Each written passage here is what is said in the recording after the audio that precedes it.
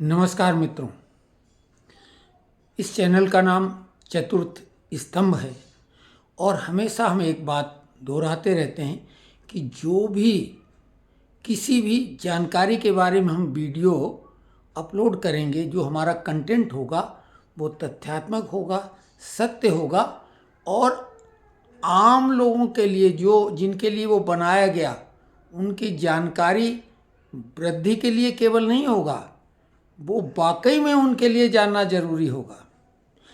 22 अप्रैल की दुर्भाग्यपूर्ण स्थिति जो बनी, उसे हम दुर्भाग्यपूर्ण ही कहेंगे, क्योंकि उन परिवारों पे क्या बीती है वो तो है। लेकिन इस मौके पर मीडिया, चाहे वो प्रिंट मीडिया हो, वो विशेषकर ये जो बड़े मीडिया हाउस हैं, टीवी चैनल वाले, उसमें ऐसी डिबेट कराते हैं जैसे उनको मज़ा आ रहा हो। मतलब कितने नीचे गिर गए हैं। जैसे कोरोना का जो एक अंतर्राष्ट्रीय स्तर पर महामारी थी, उसको, उस आपदा को भी लोगों ने अवसर बनाया, अस्पताल वालों ने, और डॉक्टर जिन्हें भगवान बोलते थे वो शैतान बन गए सब। उन्होंने खुद कईयों को मार डाला। तो मीडिया ऐसा जोश दिखाती जैसे वो वाक युद्ध करके ही पाकिस्तान को फतेह कर लेंगे। अनर्गल और पाकिस्तानी लोगों को डिबेट में शामिल करने का क्या तुक है। वो कोई भी चैनल हो, हम किसी चैनल, एक विशेष चैनल की बात नहीं कर रहे हैं। बुलाएंगे, गाली गलौज होगा, कोई चाकू निकाल के टीवी पे प्रदर्शन करेंगे, भड़काने की बात और क्या नहीं। मतलब ऐसी ऐसी बातें होती हैं कि जो कि काम अब सरकार कर रही है उसे करने दो। युद्ध कोई मजाक नहीं है, क्रिकेट का मैच नहीं है कि जिसमें बॉलिंग बैटिंग होती है। इसमें जो हथियार इस्तेमाल होंगे वर्तमान दौर में, जो हथियार आधुनिक, ये जो लड़ाई है वो किस सीमा तक आगे बढ़ेगी, इसकी कोई सीमा या लिमिट नहीं है। और इसके दुष्परिणाम ही, युद्ध के परिणाम नहीं, दुष्परिणाम ही होते हैं। उसमें जो लोग मरते हैं वो, उनके बारे में भी अंदाज लगाओ, लेकिन उसके अलावा तबाही होती है। भारत बहुत ही सावधानी से जो जरूरी कदम है उसको किसी को छोड़ नहीं रहा, हर जरूरी कदम उठाया जा रहा है और उन्हें दंडित किया जा रहा है जो भी जिम्मेदार हैं या अब जो कुछ भी भड़काऊ काम कर रहे हैं। तो टीवी चैनलों पर सेंसरशिप लगना इस ऐसे मौके पर बेहद ज़रूरी है। और युद्ध जैसी स्थिति बने तो भारत में आपातकाल लगाना पड़ेगा, नहीं तो अंदर का माहौल कैसा है। हमने अपने वीडियो में, जैसा हमने कहा चतुर्थ स्तंभ नाम है, तो हमने पहलगाम जो एक जिहादी हमला था उस पर जो भी हमने 3-4 वीडियो डाले हैं, लगभग वही बातें घुमा फिरा के सामने आ रही और वही बातें कह रही, लेकिन उसमें इतनी फालतू चीज़ें जोड़ी जा रही हैं कि उसे मसालेदार बनाया जा रहा है। और हमारा दावा है कि अगर हमारे चैनल को कोई अगर लंबे समय तक नहीं सब्सक्राइब करना चाहता, एक फौरी तौर से सब्सक्राइब करे और हमारे वो वीडियो देखे। हमने उनमें कोई न सजावट की है, न कुछ ऐसा लिखा है, लेकिन उनके कंटेंट को आप पढ़ेंगे तो वो जानकारी मिलेगी कि हमारा दावा है कि ये बड़े बड़े चैनल वो जानकारी जो देनी चाहिए वो नहीं दे रहे हैं, लेकिन हमने दी है जानकारी। तो ये बेहद मतलब महत्वपूर्ण। पाकिस्तानी लोगों को बुलाते हैं, उन्हें पे किया जाता है चैनल की तरफ से, पैसा भी।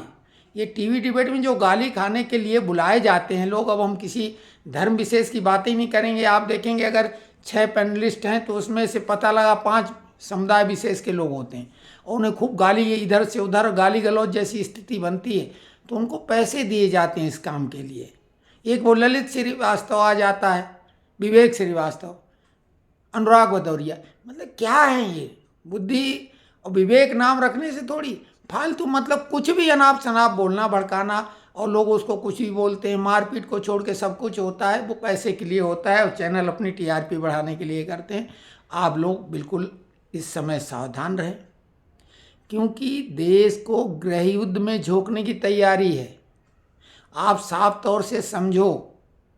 और पाकिस्तान इसी बात के लिए केवल है, उसकी योजना यही कि भारत गृह युद्ध में चला जाए।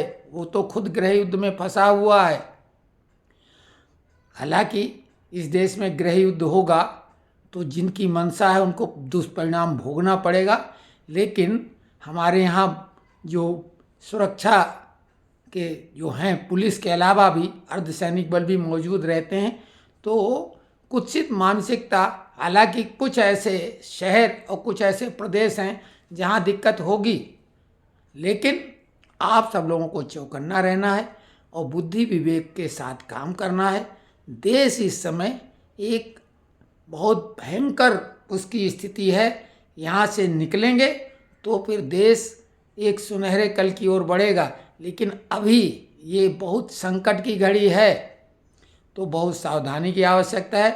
टीवी डिबेट में जो हरकतें होती हैं और मीडिया जो कुछ खबरें देती है वो आँख बंद करके मानने लायक नहीं होती हैं। हम आपसे निवेदन करते हैं, आप कमेंट्स में लिखें और कोई भी जानकारी अगर चाहें। हम सर्वज्ञ नहीं हैं, कोई ऐसा नहीं कह रहे हैं, लेकिन हम जो भी जानकारी देंगे बिल्कुल तथ्यात्मक और सही जानकारी देंगे। हमको लोग फ़ोन भी करते हैं, उनको फ़ोन पे भी बात करते हैं, जबकि हमारा स्वास्थ्य का हाल कैसा है लोग चिंता व्यक्त करते रहते हैं। तो चैनल को सब्सक्राइब करें और वो वीडियो देखें जो हमने पहलगाम का जो ये जिहादी घटना हुई है उसके बाद जो हमने डाले हैं। आपको आश्चर्य होगा कि ये बड़े चैनल वाले वो जानकारी क्यों नहीं दे रहे हैं। हमने उसमें जानकारी दी और उसी भाषा में उसी ढंग से दी है जो देना चाहिए। लेकिन इस समय केवल जोश दिखाना टीवी में बैठ के, उससे कुछ हासिल होने वाला नहीं। हाँ, भारत सक्षम है, हर स्थिति से निपट लेगा। देश हमेशा से सक्षम था, लेकिन शासक प्रशासक और उस देश के जो मुख्य हीरो होते हैं, यानी जो देश को चलाने वाले होते हैं, उस पर डिपेंड करता है। जैसे पहले राजा रहे, आपस में लड़ते रहे। इस समय देश का सर्वेसर्वा प्रधानमंत्री होता ही है। तो पहले के प्रधानमंत्रियों ने क्या किया वो कहने की यहाँ पे बात नहीं, लेकिन वर्तमान प्रधानमंत्री, उनकी धाक पूरी दुनिया में ऐसे ही नहीं है।